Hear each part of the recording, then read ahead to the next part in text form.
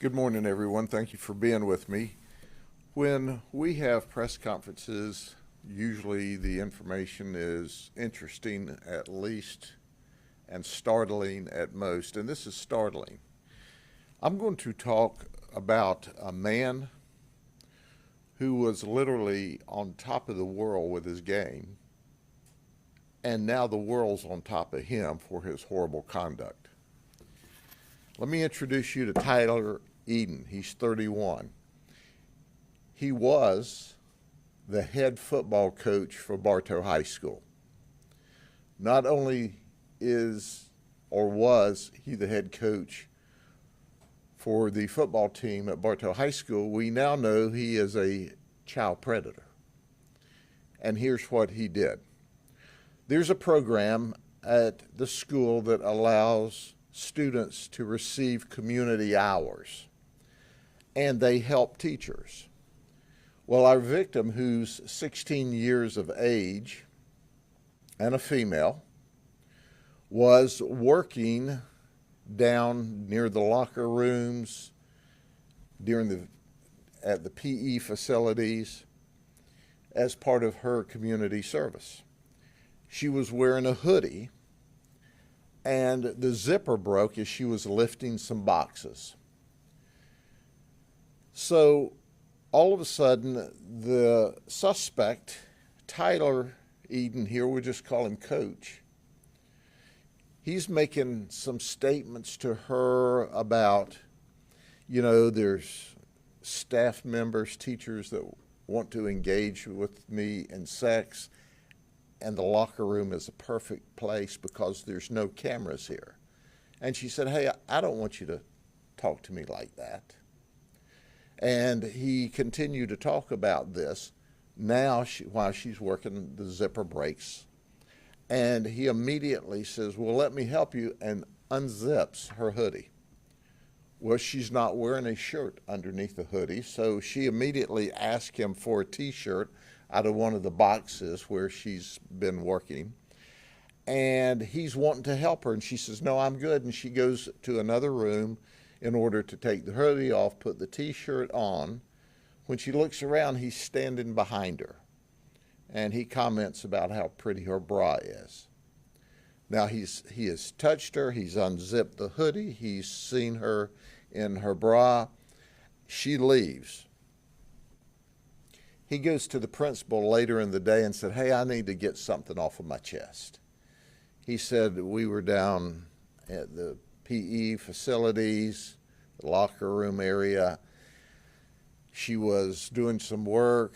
Her zipper broke on her hoodie. I helped fix the zipper, but that's all. I was just helping her. Nothing wrong.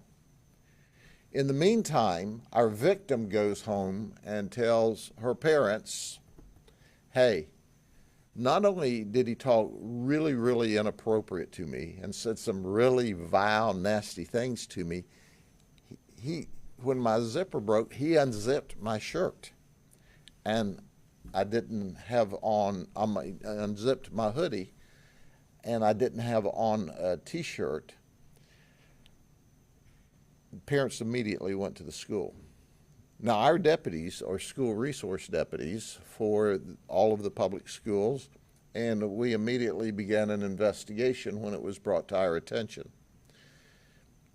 He lawyered up. Isn't that amazing? He lawyered up. He's 31 years of age. He knew better.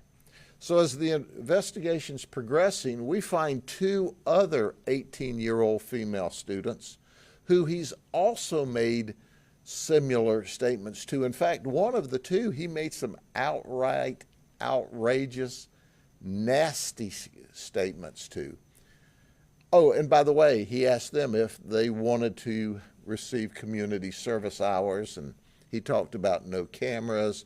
The other two said, no, we're good. We don't want anything to do with it. So anyway, he's arrested. He's charged as appropriate.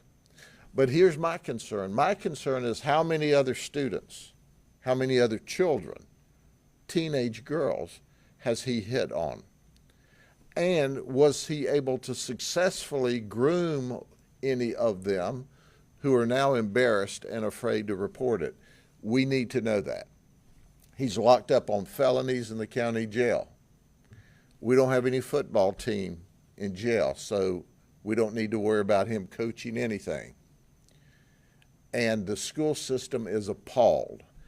Total 100% cooperation from the superintendent and the school staff. They always support us in these investigations, and this one was no exception. So at the end of the day, he's coached his last football game. He fumbled. He's going to be held accountable, and the good guys win.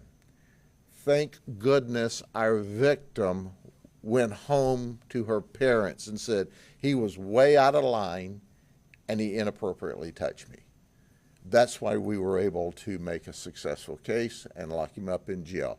But once again, I'm concerned about the victims we don't know about. And it's important for them to come forward as well. Are there any questions? How long has he been working for the school? He has been the head football coach since 23. I think he started to work for them in 19. He apparently had some coaching or teaching history in Ohio before he came here. And Sheriff, the timeline of these, at least 3 victims that you know of, can you just walk us In the recent past, I don't know exactly the timeline. This was reported to us just a few days ago, and obviously it took a couple of days to do the investigation, and we locked him up yesterday. What are your thoughts about community service with a teacher alone with a student in a locker room? Well, I certainly believe that you should always be able to trust your teachers, and I can tell you the overwhelming majority of the time, teachers do exactly what's right. This guy's an aberration. He's not the norm. You should be able to work with coaches, and there's a lot of work and cleanup and moving stuff around in locker rooms and coaching facilities where you have football, basketball, all the sports. And certainly there should not have been a problem at all. Zero. And there normally isn't. But he not only talked inappropriate, he talked nasty. He was grooming her. A classic case of grooming. And that's why he got locked up. We can't be in his mind, probably shouldn't think about this, but what do you think he was trying to get out of these girls, saying? He was trying to have sex with these children, because he over and over emphasized to our one victim. This is, maybe as a football coach, he's a slow learner. He over and over emphasized to her that there's no cameras here, there's no cameras here, there's no cameras here. This was not a passing statement. And she was scared, and she was upset, and she went to her parents. And he talked about, when he was bragging, well, there's other teachers that want to have sex with me, and this is a perfect place because there are no cameras here. And, I am married with children, and he is married with 2 children. I bet his wife is hot as a $2 pistol right now. If she's not, she should be. But the reality is we don't have any evidence that any of the teachers were engaging in any inappropriate activity with him. That was just him bragging as he tried to groom this and at least 2 other young ladies to have sex with him in the locker room. But I'm telling you, teachers are totally awesome. They're wonderful. Coaches are awesome people. They do what's right. But every now and then you get a whack job. And this guy is a child predator and a whack job. Hitting on children is not acceptable. Inappropriately touching children is even worse. So you haven't talked to him because he said he's lawyered up? He lawyered up.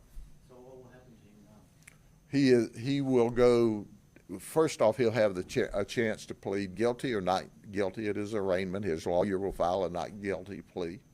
Then he'll have the opportunity to either plea or go to court. And I Quite frankly, that's his choice. Our goal is to send him to prison. You need to go to prison when you're trying to engage children in sex. And not only that, it's at school where they have to be. It is mandatory that children attend school. So he's got a captive audience to hit on there. And that's what he did. Is your investigation still open? Our detectives, who are simply the very best, are tying up this investigation with this victim. However, we are ready to investigate other allegations if there are other victims out there.